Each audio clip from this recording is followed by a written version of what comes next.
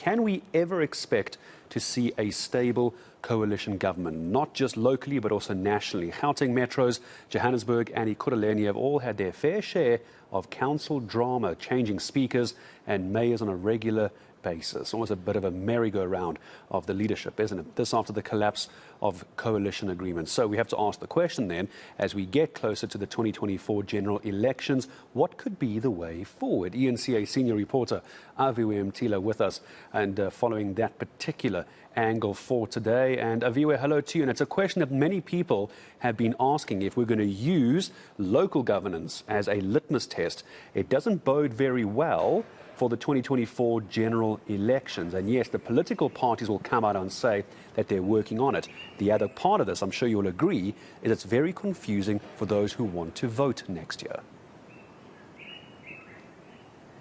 Well, the buzzword even for the weekend, Gareth, was coalition at the DA Federal Congress, as they say that they most likely headed that direction even on the national scale of things, given that the polls suggest that the African National Congress will dip below 50%. Some of those opinion polls suggesting that it might even be under 40%. So what we're seeing playing out at local governance is most likely what we can prepare for nationally. We've seen, of course, the advent of coalition governance back in 2016, where since then it's really been a mess in the various metros, various local governance, while all of these political figures fight it out, these big bulls fight it out. The services and the grass essentially on the ground has hardly been maintained. It's the one that's been trampled upon. In fact, now let's get a better understanding, Gareth, on what to expect, how it's going to work, as most likely even in Gauteng we headed the route of coalition governance. Let's get that idea from the cooperative Governance and Traditional Affairs, MEC. Thank you, MEC, for joining us at eNCA. But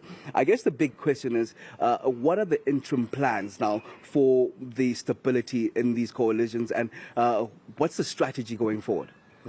Good morning, Aviwe, and good morning to your viewers.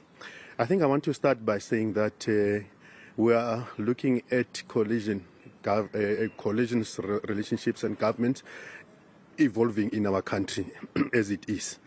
And it started because there was no outright winner from 2016 in many of our particular municipalities. That's the point one. But the second point is that as it evolved, our experience with it is that, for example, if you look at the performance of many municipalities between June last year until now, or as of around the 28th of February, because we made some analysis there, it's a very disturbing picture, given the fact that they are now moving towards the end of their financial years in June. Many of the municipalities are hovering around 38% of their performance in terms of service delivery. And there are two municipalities that are hovering around 3%, even negative 1% in terms of their own service delivery. So in a sense, you can say that is the impact of the evolution of the coalition government in our country, because when the concept started, it was all about, let's remove this dominant majority party being the ANC that has been in power for so long. So we've got to remove it. It was not about what do we do to address the challenges of water in the informal settlement of Mamelodi, and therefore reaching agreement around it. So our point is, we've got to have the bare minimums insofar as service delivery is concerned that municipalities must agree on. It should not be coalition government for the sake of it, or coalition government to remove that party and replace it with that particular party. But what we are saying is that at least it's evolving. That's true. It needs to be for the people on the ground. As COGTA, do you have plans on how to legislate then coalitions going forward? Because we're going to the national elections in 2024. It's been a mess around Gauteng. Every metro has suffered the brunt of these coalitions. What plans are there in place as COGTA? The situation is a very political one. So we've got to accept that kind of thing. However, one of the things that mechanisms we've put in place is that we've got to do a thorough study around coalition government and their evolution, their impact on service delivery and all of those things. That part is proceeding within the department.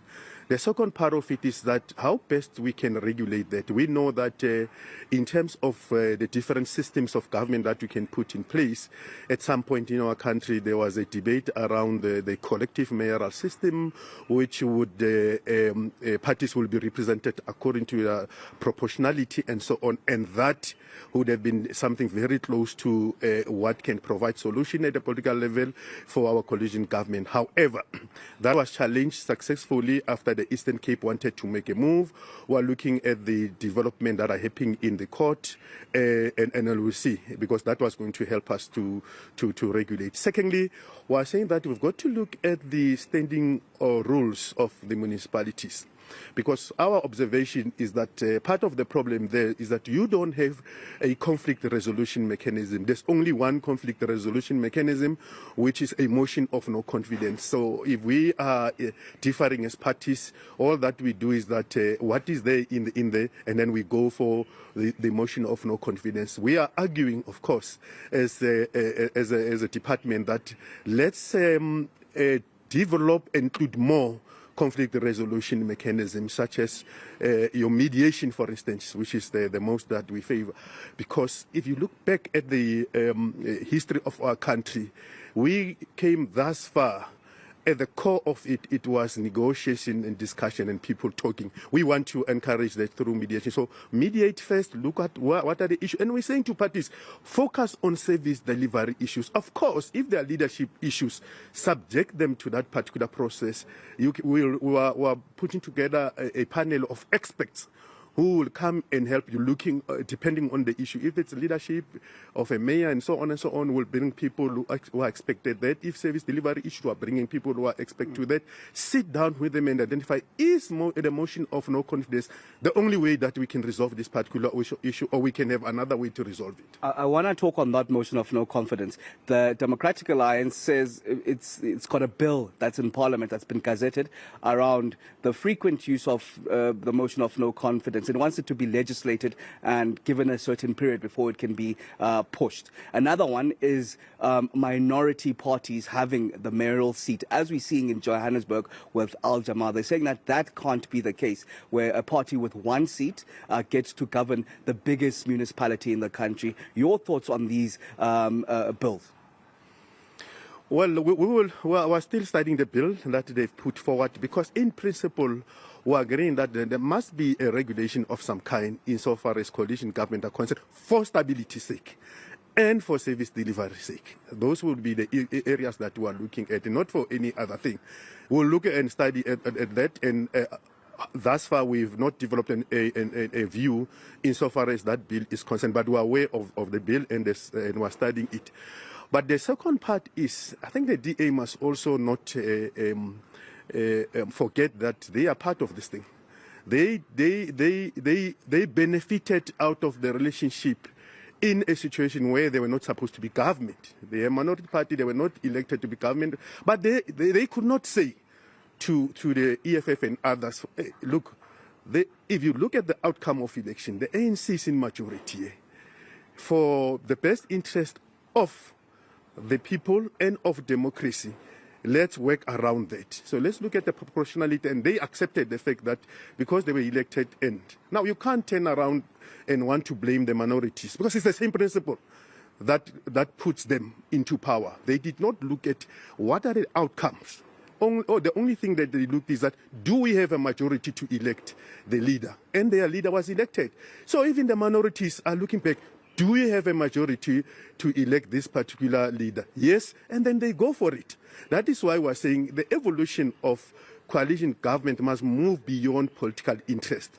We've got to pin it down to principles, constitutional principles in that regard. That means proportionality, looking at issues of proportionality, and we must move further and look at issues of service delivery as such.